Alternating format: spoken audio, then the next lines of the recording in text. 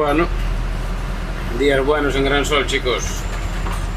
Ya empezamos la jornada laboral, para que veáis. No todo va a ser mal tiempo. Llevamos una racha de que está el mar en calma por la zona que estamos trabajando.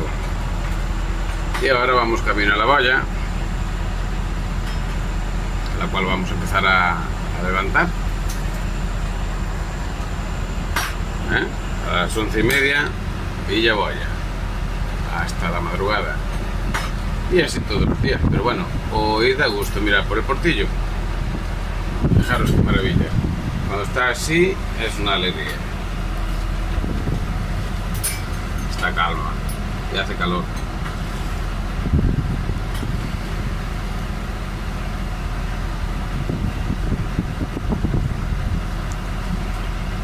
Así es como me gusta andar a la mar.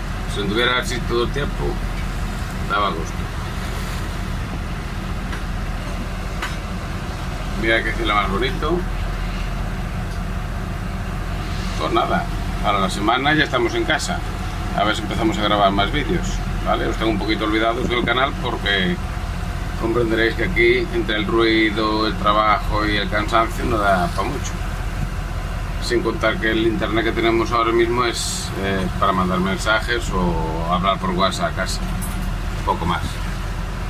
Pero bueno, este tipo de cosas me gusta que las veáis, porque también merece la pena estar en uno de los mares más malos que hay. Siempre hace mal tiempo y también tiene sus tiempos de reposo.